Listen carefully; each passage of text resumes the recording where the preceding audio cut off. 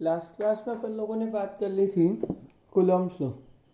Coulomb's law and vector addition की बात कर ली थी। अब Coulomb's law and vector addition के बाद जब अपन लोग आगे बढ़ते हैं, मतलब कूलम्ब्स लॉ के अपने पास स्केलर फॉर्म वेक्टर फॉर्म दोनों अपन लोग को देखनी थी। तो कूलम्ब्स लॉ की अपन लोगों ने स्केलर फॉर्म और वेक्टर फॉर्म दोनों देख ली थी।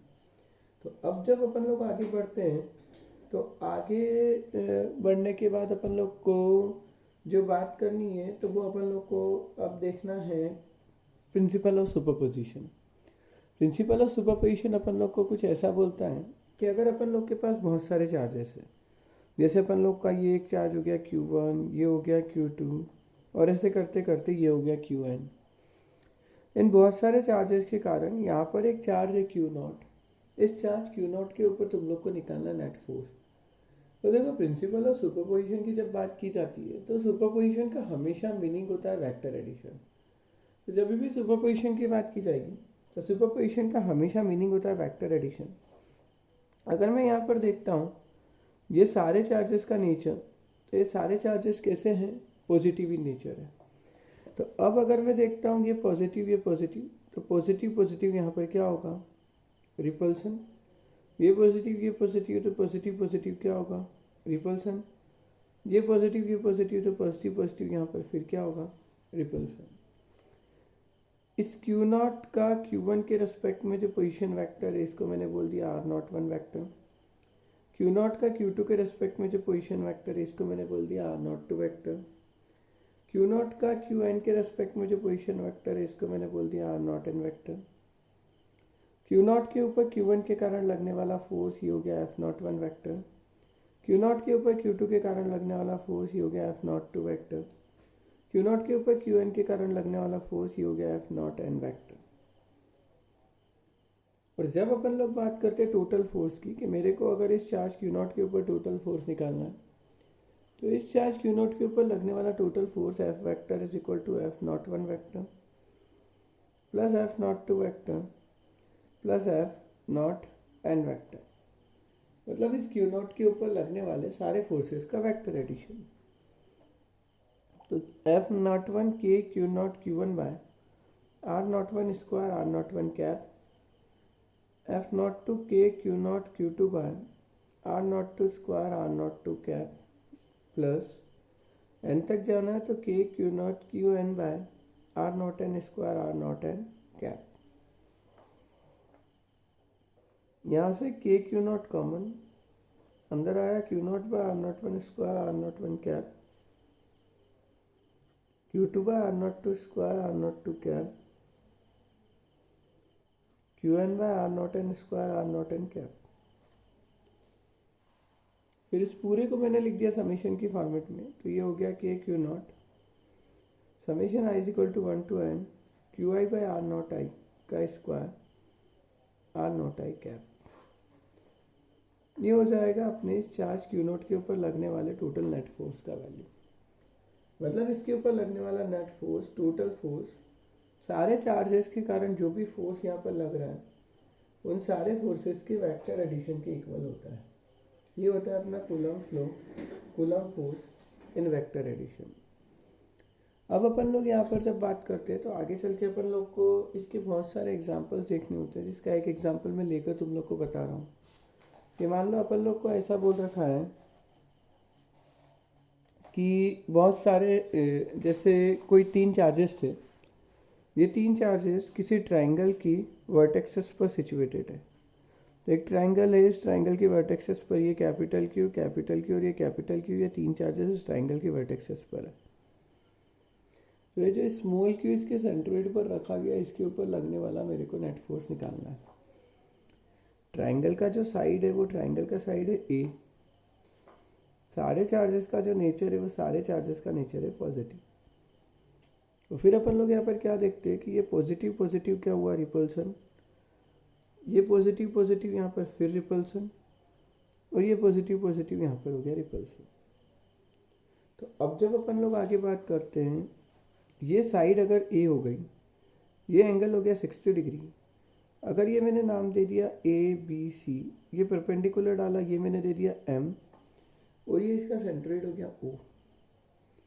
तो अब अगर मेरे को निकालना है sin 60, तो साइन 60 इज इक्वल टू किसके हो गया, perpendicular A M by hypotenuse, या हाइपोटेन्यूस मैंने नाम दे दिया ए, तो perpendicular A M is equal to A sine 60 हो जाएगा √3/2, तो A M is equal to हो गया a√3/2।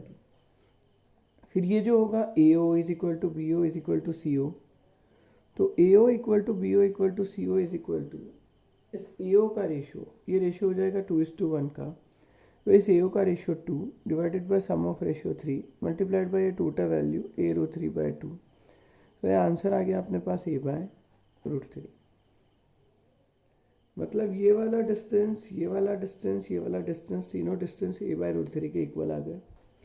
अब अगर इसके कारण इसके ऊपर लगने वाले फोर्स को मैंने F1, इसके कारण इसके ऊपर लगने वाले फोर्स को मैंने F2 और इसके कारण इसके ऊपर लगने वाले फोर्स को मैंने F3 नाम दिया, अपन लोग यहाँ पर बड़ी आसानी से देख पाएंगे कि F1 is equal to F2 is equal to F3 is equal to इन तीनों का जो मैग्नीट्यूड होगा हो जाएगा K, Q1 हो गया कैपिटल Q, Q2 हो गया स्मॉल q, डिवाइडेड बाई ये डिस्टेंस का स्क्वायर, ये डिस्टेंस तुम्हारे कितना है a/√3 का square.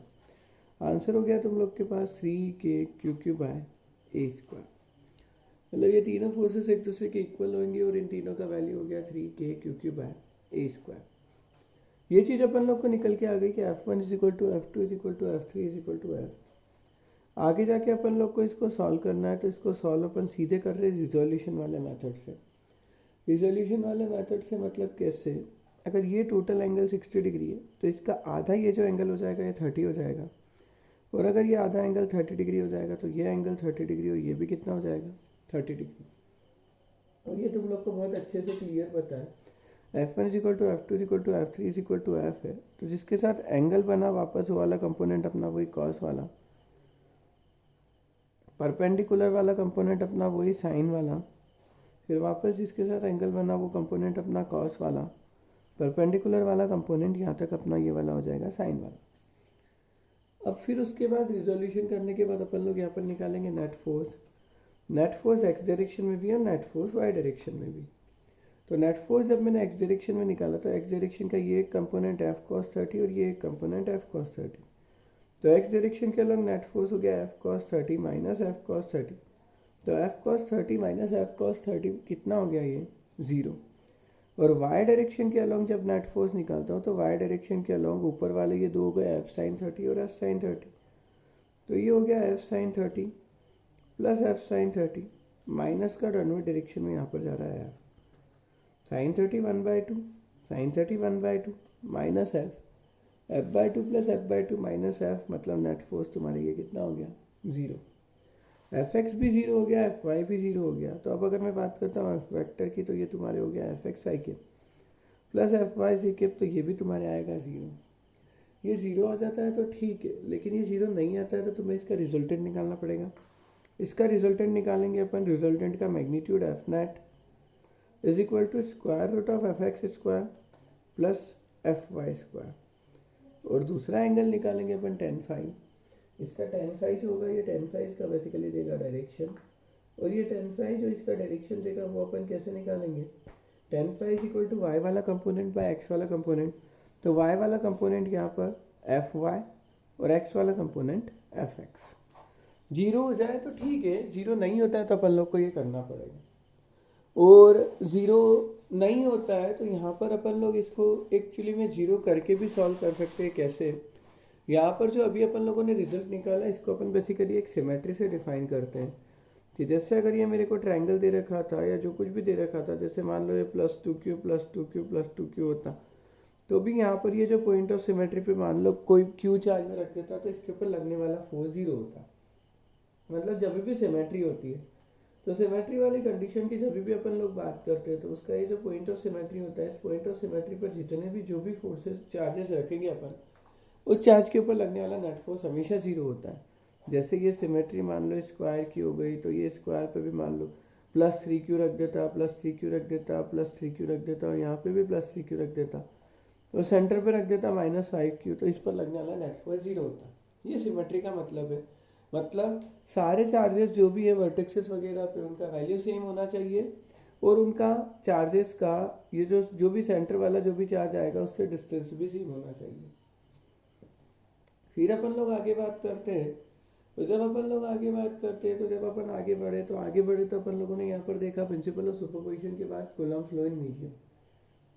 Coulomb law in medium की जब अपन लोगों ने बात करी, तो जैसे अपन लोगों ने देखा ये एक चार्ज Q1 है, ये एक चार्ज Q2 है, दोनों के बीच का डिस्टेंस है R।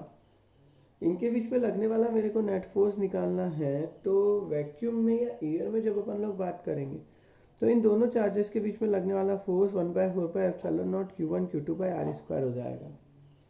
अब मैं इन दोनों चार्जेस Q1 और Q2 को मैं लेकर गया किसी मीडियम में, तो ये हो गए Q1 और Q2, इनको मैं किसी मीडियम में लेकर चला गया, और जिस मीडियम में लेकर गया उस मीडियम का परमिटिविटी है एप्सिलॉन।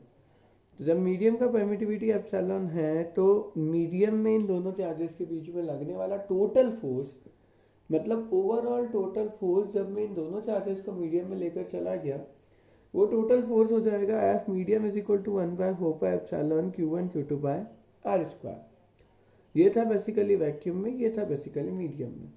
अब जब मैंने F vacuum by F medium निकाला, तो ये F vacuum by F medium हो गया तुम्हारे Q1 Q2 by R square से Q1 Q2 by R square गया 1/4 से 1/4 गया। F vacuum by F medium is equal to epsilon by epsilon naught. और ये जो एप्सिलॉन बाय एप्सिलॉन नॉट होता है, इसको अपन बेसिकली बोलते हैं एप्सिलॉन आर और के। ये एप्सिलॉन आर या के जो होता है, ये बेसिकली होता है relative permittivity of free space या वैक्यूम। इसको अपन बेसिकली बोलते हैं रिलेटिव परमिटिविटी। तो ये बेसिकली हो गया अपना relative permittivity of free space या वैक्यूम। तो अपन लोग ऐसा बोल सकते हैं कि मीडियम में लगने वाला force F medium is equal to किसके हो गया, F vacuum by epsilon are और के। मतलब मीडियम में लगने वाले फोर्स का, मीडियम में लगने वाला फोर्स वैक्यूम में लगने वाले फोर्स का कितने गुना हो जाता है, 1/एप्सिलॉन आर या 1/k टाइम्स हो जाता है। जहाँ पर k बेसिकली होता है ये परमिटिविटी ऑफ फ्री स्पेस या वैक्यूम का जो रेशियो लिया है अपन ने, किससे, मीडियम से। मतलब मीडियम की परमिटिविटी और वैक्यूम की परमिटिविटी, मीडियम की परमिटिविटी और वैक्यूम की परमिटिविटी, इन दोनों का जो रेशियो है वो बेसिकली अपना कहलाता है क्या, एप्सिलॉन आर और के। इसको अपन लोग ऐसे डिफाइन करते हैं, एप्सिलॉन आर और के रिलेटिव परमिटिविटी और डाइलेक्ट्रिक कांस्टेंट। इसको अपन क्या बोलते हैं, एप्सिलॉन आर और के रिलेटिव परमिटिविटी और dielectric constant is equal to epsilon by epsilon naught. मतलब permittivity of medium to permittivity of free space और वैक्यूम। मीडियम की परमिटिविटी से वैक्यूम या फ्री स्पेस की परमिटिविटी का जो रेशियो होता है वो अपना डाइलेक्ट्रिक कांस्टेंट कहलाता है, जिसको अपन के या एप्सिलॉन आर से रिप्रेजेंट करते हैं। अलग अलग मीडियम के लिए इसका वैल्यू अलग होता है। जैसे वाटर के लिए बात करते हैं तो वो होता है 81, ग्लास के लिए बात करते हैं 3 to 4 का एक रेंज होता है, माइका के लिए बात करते हैं 3 to 6 का एक रेंज होता है। मेटल्स के लिए बात करते हैं तो चाहे कोई भी मेटल हो उसके लिए इसका रेंज होता है इन्फिनिटी, इसका वैल्यू होता है। मतलब सबके लिए इनका वैल्यू अलग अलग जगह अलग अलग फिक्स होता है और इस हिसाब से डाइलेक्ट्रिक कांस्टेंट डिफाइंड होता है। तो बेसिकली ये होता है अपना डाइलेक्ट्रिक कांस्टेंट और रिलेटिव परमिटिविटी भी इसको अपन कह सकते हैं। आज के लिए अपन इतना ही देखेंगे। यहाँ तक किसी को किसी तरीके का डाउट, कोई भी प्रॉब्लम, कोई भी दिक्कत हो तो बिल्कुल पूछ लेना, यहाँ तक के नोट्स में भेज दूंगा। किसी तरीके की कोई भी प्रॉब्लम आ रही है, कहीं पे कोई दिक्कत आ रही है, कुछ भी है, तो बिल्कुल कॉल करके, मैसेज करके, व्हाट्सअप करके किसी भी तरीके से पूछ लेना। लेकिन रेगुलरिटी रखना और रेगुलर पढ़ो, जो प्रॉब्लम आए पूछ लेना।